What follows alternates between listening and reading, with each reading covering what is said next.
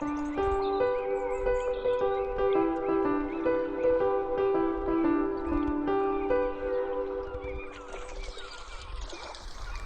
listeners, and welcome to the first episode of Beneath the Reef, your number one informative ocean podcast.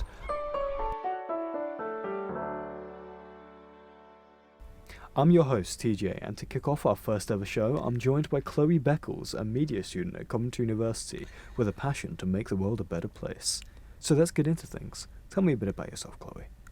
Hi TJ, thanks for inviting me here. As you said, I study media at Coventry, and in the future I hope to become a camera operator for ocean documentaries.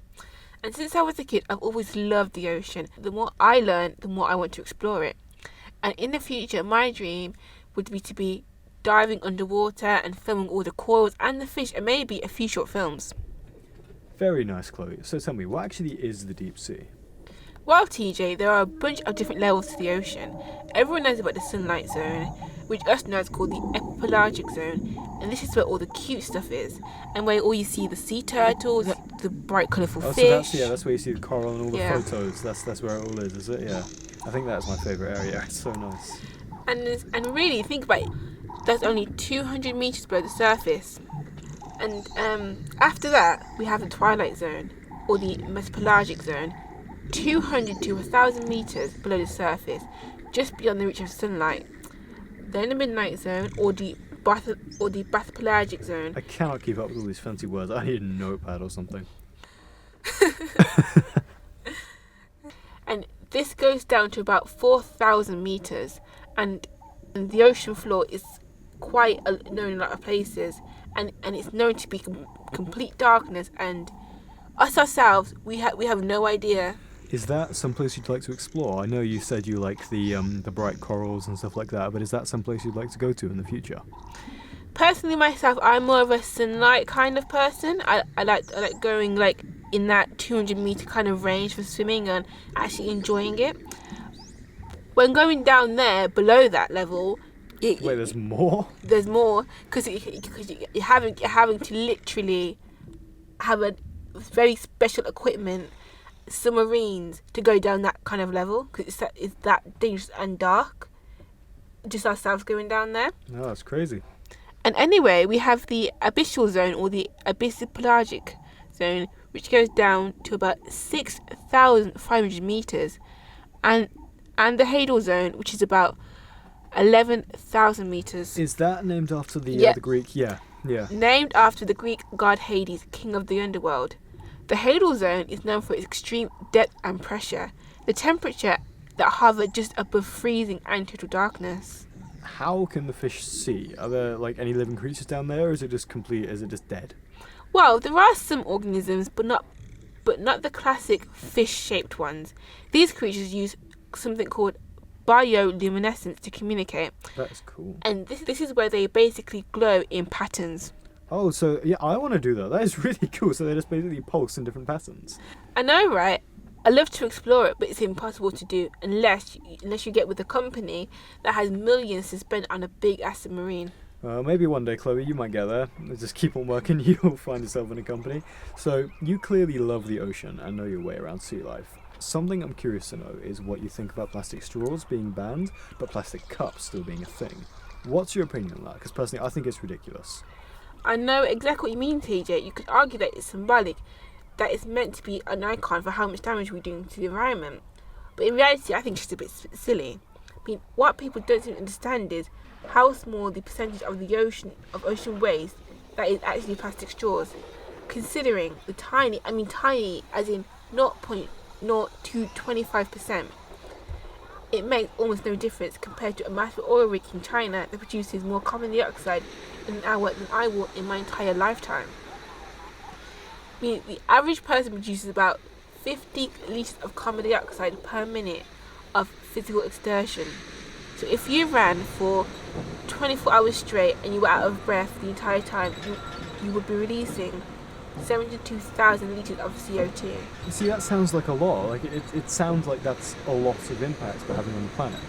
It sounds a lot until you realise the oil rigs in the North Sea alone released 20 million tonnes, and they were released in the last few years. And that's 566 33693,184 litres, by the way. That is absolutely crazy. That's a lot of litres. I don't think I can say that number. Okay, but seriously, that is absolutely insane. Not to mention the CO2 released from cutting down trees and logging to make the paper straws themselves. This spirals into so much more because you can get into global warming and like ice caps melting, causing levels to rise. Man, this is insane. But what I'm interested in is how we can change it. Can we even change it? I don't know if we can. Have we messed up our oceans to the point of no return? You're the expert here. Help me out.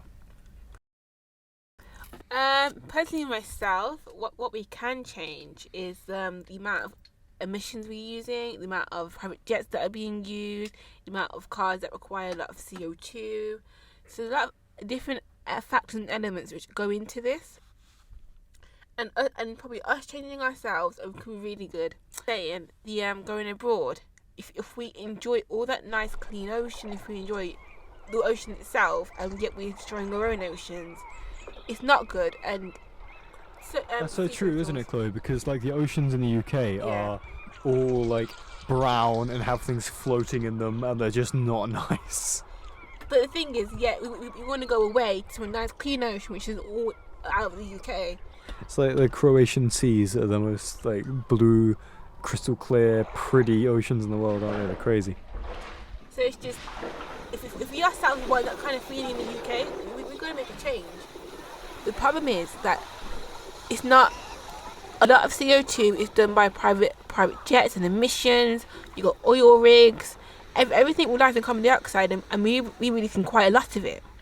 And it's just with little things. So instead of just changing plastic straws to paper straws, like that's doing anything. We be more sustainable with our materials. Also, like cut down gases wasted, and also having metal cups instead of. So being a lot more creative with what we use and using it in a sustainable way that is positive for the ocean and ourselves. And so I just really think that doing that can really help the environment and really help us change the way we go about things and how we use a lot of our products. Oh, that's really interesting. It's like all of these billionaires flying around on their private jets every 5 seconds, you know? It's like, we need to repair the damage, and they're just adding loads to it. It's ridiculous.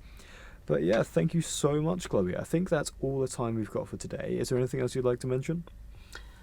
One thing I would say is that there is only like 95% of the ocean that's remained unexplored, and that is due because it requires submarines to go down that type of depth because it's freezing cold.